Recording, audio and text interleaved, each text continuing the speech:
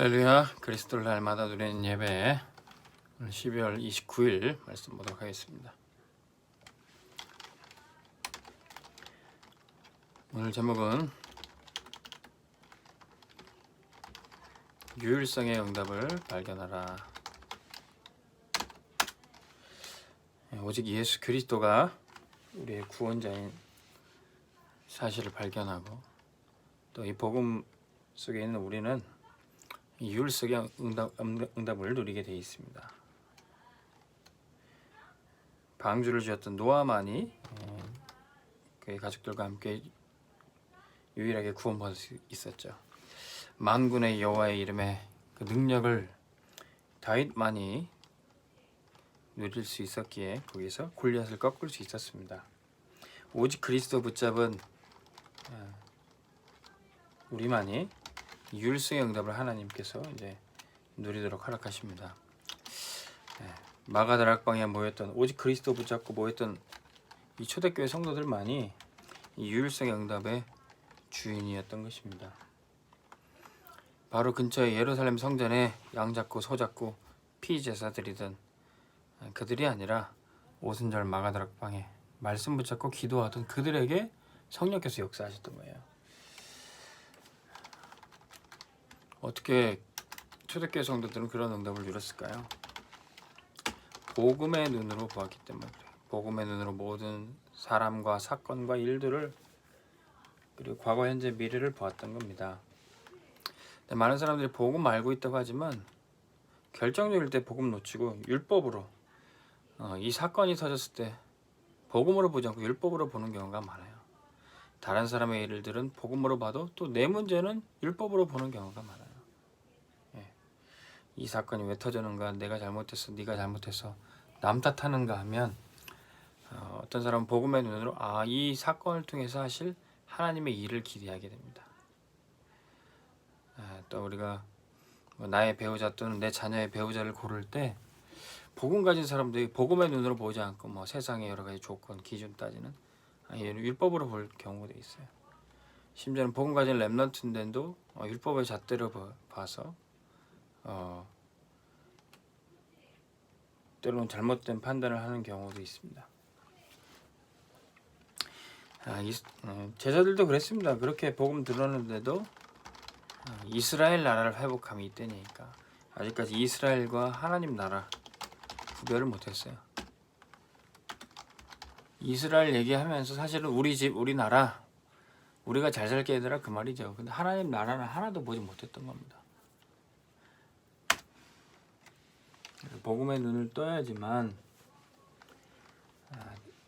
진짜 사람의 말이 아니라 하나님의 말씀에 집중할 수가 있습니다. 그래서 하나님의 말씀은 뭡니까? 하나님의 말씀은 책상에서 나오는 설교가 아니에요. 하나님의 말씀은 현장에서 나오는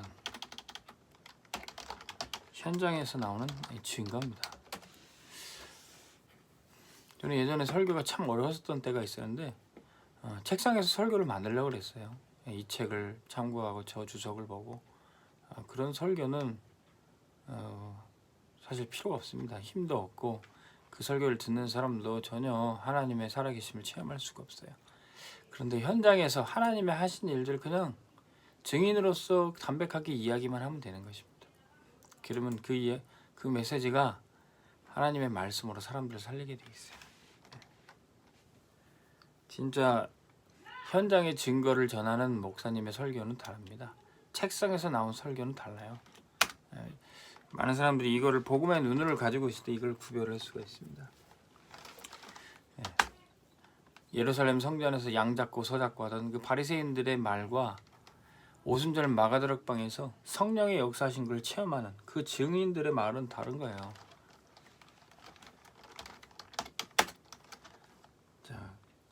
초대교회 성도들은 마가다락방에 모여서 40일 동안 하나님 말씀 듣고 이제 10일간 집중하여 기도하게 됩니다. 여기에 아무리 작은 것이랄지라도 하나님의 큰 역사가 담겨 있어요. 이 작은 골방 마가다락방에 모였던 그 사람들 통해서 하나님은 세계복음화를 시작하셨던 겁니다. 자, 유일성의 응답이 무엇입니까? 우리가 한 자리에 모여서 예배 드릴 수 있는 것, 이것이야말로 최고의 응답이죠. 우리가 요즘 들어 굉장히 예배 드릴 수 있는 것이 얼마나 큰 축복인지 절감하고 있습니다. 모일 수 있는 것이 얼마나 큰 은혜인지 우리는 그런 예배의 자유, 모임의 자유가 박탈된 이때에 깨닫게 되는 것이죠. 여기에 이 오순절 마가 다락방에 모인 이들이 시대적인 응답을 받게 되는 겁니다. 그들이 모인 것은 그냥 우연히 모인 것이 아니에요. 그 사람들이 모이고 싶어서 모인 것도 아니에요. 하나님이 불러 모으셨고 여기에 성령을 부어주시는 겁니다. 바로 옆에 있는 예루살렘 성전에 바리새인들이 있는 곳에 양 잡고 소 잡고 하는 그곳에 부으신 게 아니에요. 마가 다락방에 언약 붙잡고 모였던 그곳에 부으셨던 거예요. 자칫 그 모임은 예수의 추종자들, 이스라엘과 로마의 반역자인 무리들로 몰려서 죽을 수도 있는 현장입니다. 근데 여기에 생명 걸고 모이는 것입니다. 그들이 여기서 말씀 붙잡고 기도했더니 원네스 되는 공동체를 이루게 되는 겁니다. 공동체가 뭡니까? 살아도 같이 살고 죽어도 같이 죽는 거예요. 그것 자체가 기적입니다. 어떻게 생전 다른 곳에 살고 다른 생각을 가지고 있던 사람들이 어떻게 그리스도 하나 때문에, 복음 하나 때문에 모일 수 있게 될까요? 그게 바로 기적이에요. 사람들은 정말로 하나 되기 어렵습니다. 언제부터 그랬습니까? 창세기 11장에 바벨탑이 무너진 그 이후로 사람들의 말과 언어와 생각이 달라졌어요. 문화가 달라졌어요. 그때 이후로 많은 사람들은 하나 될 수 없었습니다. 그런데 이 사도행전 2장에 오순절 마가다락방의 사건이 일어날 때 그때부터 사람들의 말이 통하게 되는 거예요. 각 나라 말로 방언으로 하나님의 말씀이 들려지게 되는 겁니다. 지금도 하나님의 말씀이 선포될 때 영어로 번역이 되고 일본어로 중국어로 번역이 될 때, 그때 각 나라 말로 각 민족의 언어로 말씀이 선포될 때 오순절에 성령님께서 역사하시는 겁니다. 이때 말이 통하고 기도가 통하고 사명이 통하게 되어 있습니다. 이게 바로 기적이에요. 저는 1차 합숙 때 정말 이 기적을 체험했습니다. 작은 방에서 그날 주신 훈련의 메시지를 가지고 포럼을 하는데 거기에 영어권 사람도 있고 중국어권 사람도 있는데 한국말로 포럼을 할 때 동시에 영어로 통역이 되고 중국어로 통역이 되고, 또 한 사람은 또 둘 다 알아듣지 못해서 막 동시에 여러 말로 통역이 되고, 영어로 통역한 것을 또 중국어로 한 번 더 통역해서 전달하고, 이것이 바로 마가 다락방에 일어난 역사구나. 한 번도 서로 만날 것 같지 않았던 그런 사람들이 한 방에 모여서 하나님 말씀 가지고 그리스도를 이야기하고 또 전도와 선교를 위해서 기도했던 것입니다. 그런 일들이 지금도 우리의 삶의 현장에서 계속되고 있어요. 저는 금요일마다 공항에 가는데 또 거기서 하나님께서 제자들을 만나게 하셨는데 그곳에 하나님의 절대 제자가 있는 것을 보았습니다. 한 번도 만날 거라고 예상도 못했던 그런 사람들을 만나서 그리스도를 이야기하고 함께 전도를 위해서 기도하고 선교를 위한 사명을 우리가 포럼하는 것입니다. 자, 이것이야말로 기적이에요. 이런 유일성의 응답을 받는 우리 모든 성도들과 전도자들 되시기 바랍니다. 하나님은 이 축복을 주시기 위해서 새 절기라는 시간표를 주셨어요.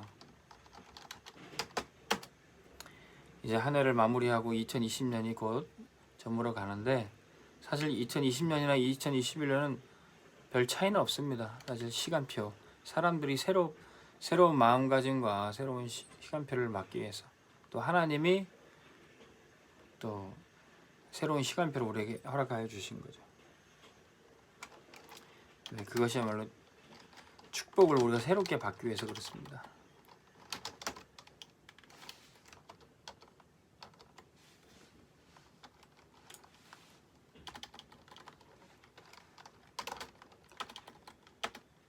이 세 절기가 뭡니까? 바로 유월절, 오순절, 수장절이죠. 그런데 이 세 절기의 축복이 피제사 드리는 예루살렘 성전에 있었던 게 아니에요. 이 세 절기의 축복이 바로 마가 다락방에 임했던 겁니다. 6월절에 어린 양으로 돌아가신 그리스도께서 부활하셔서 제자들에게 너희들은 예루살렘 떠나지 말고 약속한 성령이 오시기까지 기다리라 그랬습니다. 근데 그 약속한 성령이 언제 오셨습니까? 사도행전 2장 1절에 오순절 날이 이미 이름에 이때 오순절에 성령께서 강림하시는 겁니다. 이 성령의 충만받은 전도자들을 통해서 이제 추수의 역사가 일어나는데 알곡과 같은 성도들, 알곡과 같이 구원받은 하나님의 백성들을 교회로, 천국으로 인도하는 그 시간표가 바로 수장절입니다. 대추수의 역사를 통해서 추수한 열매를 창고에 저장하는 게 바로 수장절이었어요. 자, 이 세 절기의 축복을 지금 전 세계 교회와 하나님의 백성들이 누리고 있습니다. 오늘 말씀 듣는 여러분들에게도 이 응답이 유일성으로 누려주시길 바랍니다. 결론의 말씀, 이제 유일성에 응답받는 사람들 하나님 주신 능력, 오력의 주역이 되는 겁니다. 오력이 무엇입니까? 영적인 힘부터 얻을 때 하나님 주신 지혜로, 또 하나님 주신 체력과 건강으로, 또 따라오게 되는 경제력으로, 또 제자를 키우고 렘넌트를 키우는 인적 자원, 인력으로 우리가 세계복음화하고 현장을 살리는 것입니다. 오늘도 이 오력으로 충만한 우리 모든 전도자와 우리 성도들 되기를 주의 이름으로 축원합니다. 하나님 아버지 감사를 드립니다. 우리에게 오직 그리스도를 발견하게 해주시고 또 복음 붙잡고 유일성에 응답받게 해주시니 감사를 드립니다. 아무도 말하지 않는 그곳에서 그리스도를 선포하고 아무도 예배하지 않는 그곳에서 믿음의 공동체를 이루게 하여 주시옵소서. 우리 렘넌트를 시대 살리고 현장 살리고 세계 살리는 인물로 키우게 하여 주옵소서. 예수 그리스도 이름으로 기도하옵나이다. 아멘. 승리하시기 바랍니다.